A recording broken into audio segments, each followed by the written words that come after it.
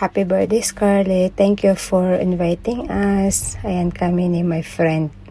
Nag-enjoy.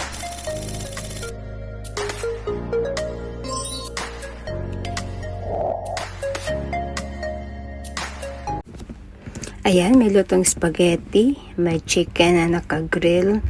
Ang dami nilang food, guys. May kare-kare. Kasi ito, tulungan. Yan, mga kasama niya sa bahay, sa trabaho, ang nagluto. May chop suey, may giniling, may bangus, may salad, may inihaw na isda. Ang sarap ng mga foods, saka ang gaganda ng venue. May mga regalo, guys, galing sa mga classmate ni Scarlett, saka friends and families. So, ang ganda ng pagka-arrange kasi nga, malawak siya. Actually, itong venue na, guys, mahirap siyang hanapin. Pero, napakatahimik at saka amazing talaga yung lahat ng mga decorations. Saka ang daming mga bisita. Ayan ang aking favorite na cake. Napaka-yummy at saka super delicious. Ayan, ang ganda ng decoration.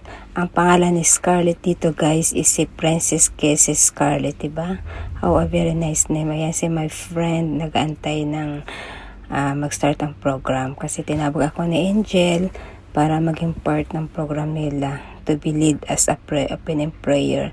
So, thank you, Jel, for inviting us and for be part of the program. Ayan si Daddy, sinaya na yung nag-iisang anak. Kasi guys, ganun talaga. Pag 7 years old, hinahandaan talaga ng pamilya o ng parents. Kasi maghihiwalay na siya sa pagka-childhood. So, ang unang sasayaw is the father, followed to be the ninong at saka mga friends and families. Ayan, nag-enjoy kami dito sa mga games sa mga bata. Kasi nga, ang daming mga palaro at saka mga prizes. Thank you so much, Angel, for inviting us and be part of the program. Ayan si my friend. So, lit talagang amin. Happy birthday, Scarlett. God bless.